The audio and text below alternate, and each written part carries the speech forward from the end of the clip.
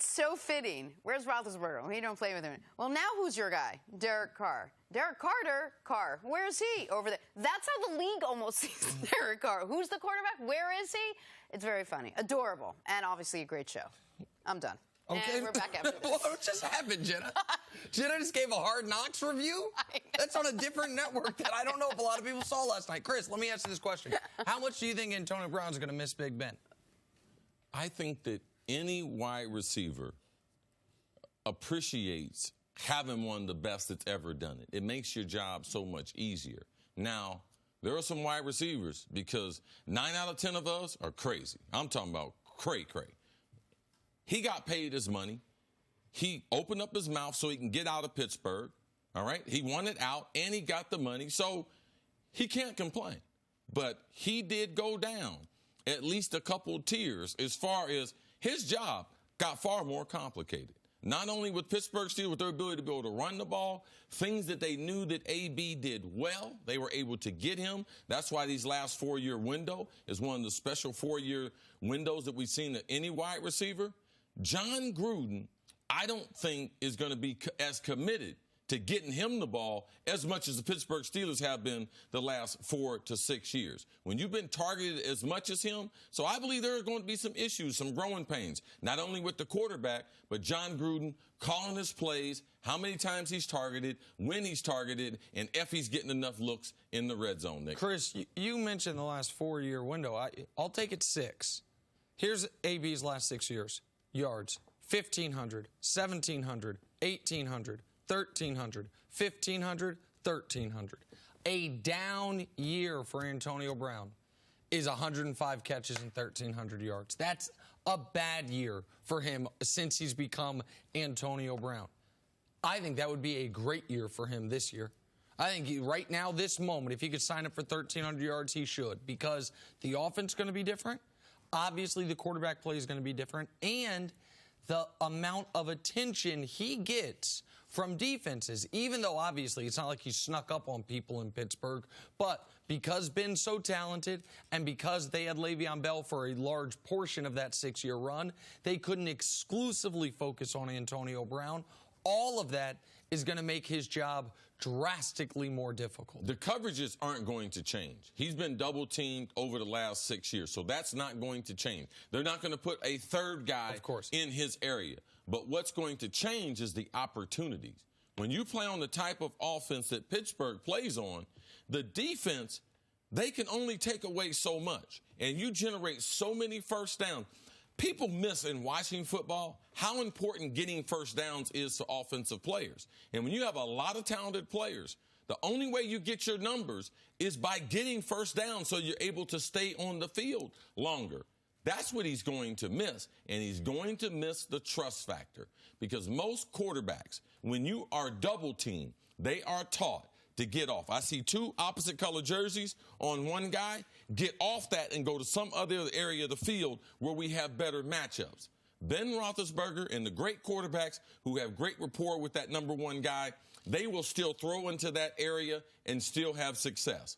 Let's see what Carr does, and let's see how AB reacts when Carr gets off of him during those double teams. Why wouldn't Gruden make Antonio Brown the focal point of that offense? Why wouldn't that be where he starts with them if you have a guy as talented as Antonio Brown and a guy who could probably get better like Derek Carr because of AB? Right, because the offense should start with the quarterback, and the quarterback should be able to dictate what does he do best.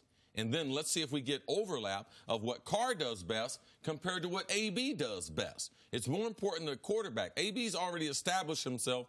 He has more flexibility. He can adjust more than Carr. Also, Carr's confidence is a lot more fragile. John Gruden has not developed one single quarterback since he's been in the league. It would be important to develop this one. So your attention should be on him. You should cater to him because also, if he doesn't do well this year, Gruden is going to be off of him and moving on to another quarterback. And obviously the vast majority of Antonio's games have come with Big Ben, but he's played an entirety or a portion of 15 games with different quarterbacks.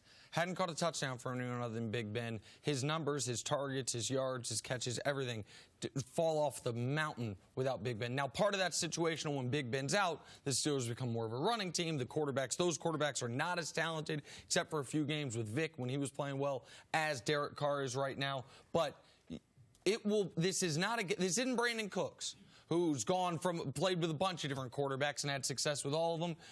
AB's been with Big Ben his whole career, had enormous record-breaking success with him. We'll see if he can get 80% of that success with Derek Carr. Well, I'm not going to put it all on Ben. The Pittsburgh Steelers, for the last several years, have not had the type of defense that would say, are they a championship contender? Because several of those seasons, they did have the offense. They did have an offense that scored enough points, didn't turn the ball over enough. Because sometimes when you're an offense, you take a lot of chances. They turned the ball over some, but it wasn't enough that they couldn't be a top 10 offense. If you have a top 10 offense, if your defense is in the top 15, you're going to win a lot of football games. They have not been the fearsome Pittsburgh Steelers defense that we're used to seeing. That's been one of the surprises. Lack of overall discipline by Mike Tomlin, who seems to be a disciplinarian, and the lack of teeth that this defense has in that division that is super tough. So the Pittsburgh Steelers, get your defense fixed first. Get your linebacking crew fixed first. Present a consistent pass rush. Ben Roethlisberger is going to do what he's got to do. Does he have tremendous challenges? Absolutely. But his ability to make all the wide receivers feel comfortable, I think that's his responsibility. Because when you don't have a lot of accomplished wide receivers, you have to kind of give them a false bravado. You have to try to help them have some type of swag. Because ain't no one other receivers, Juju, people respect him a little bit, but the rest of them, there's no respect. They're going to get a lot of man-to-man. They're going to get a lot of defenses that say, I don't respect you. And it's going to be very important that Ben, his messaging is very consistent, because regardless of what you want to see, most of these young receivers saw the relationship between him and AB. And I can understand Vance speaking up for his boy, the quarterback, but it's only his second year being there. But he noticed a drastic difference. To me, I hope Ben continues to be self-aware, because I'm sure he realized what happened, and a lot what went on. He could have helped the situation, and he ultimately was part of the problem, but him and Tomlin are the two there. L. Bell's gone. AB is gone. So Ben, as you can see through his teammates, I'm sure that he's made some drastic changes of how he's going about the rest of his career. You and I didn't talk about this before the show, but you touched on something that was exactly where I was going to go, which is these two young receivers. Because listen, I feel like I know what Eli Rogers is in the NFL. I feel like I have a pretty good idea what Dante Moncrief is in the NFL. But Deontay Johnson, who they spent a third-round pick on in this year's draft. By the way, the Steelers have turned third-round picks at wide receiver into stars throughout the years. And this is a guy that had a 1,300-yard, 13-touchdown season in college at Toledo. Can Big Ben get a relationship with him and convince him, get his confidence to a level, say, man, we know the level of player you can be. That's why we drafted you into this organization that does nothing but draft receivers and turn them into great players. James Washington, who was on the wrong side of Ben Roethlisberger for part of last year, his final year at Oklahoma State had 1,500-yard, 13-touchdown season. These were highly productive collegiate receivers that Big Ben needs to tap into part of their psyche almost to help them regain that level of confidence, because to me, both those guys have more upside than the potential 2-3 on the team right now in Eli Rogers and Dante Moncrief. But the problem with that, as you pointed out, James Washington, those college stats, a lot of times they don't transfer to the pros. In the Pac-10, there's not a whole bunch of cornerbacks that are moving into the NFL in the first couple rounds.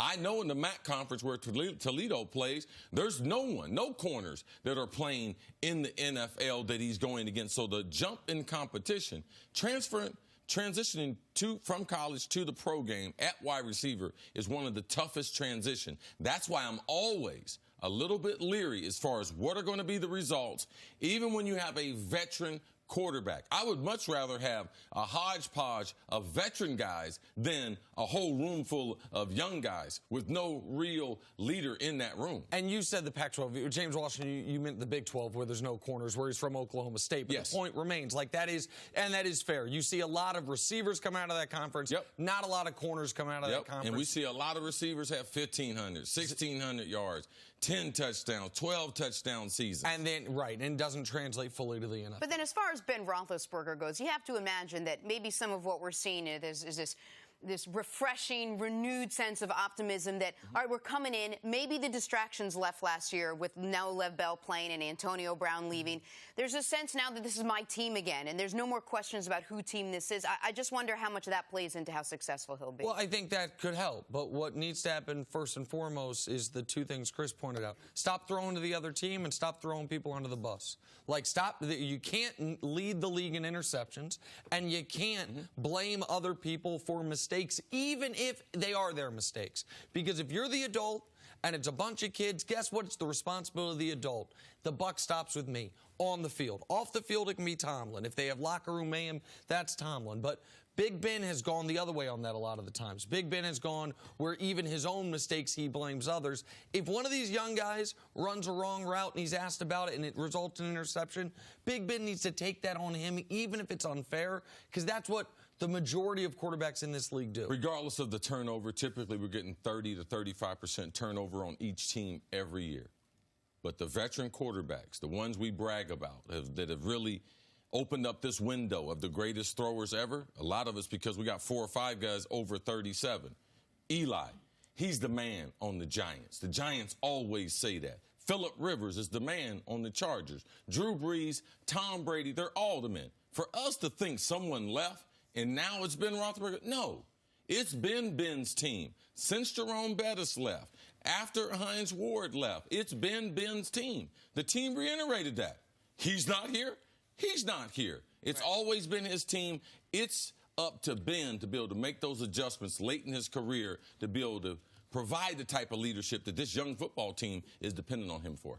Thanks for watching. Subscribe here to get the latest from the show. Also, be sure to check out more of the best clips from First Things First, or go watch a few segments from our other shows on FS1.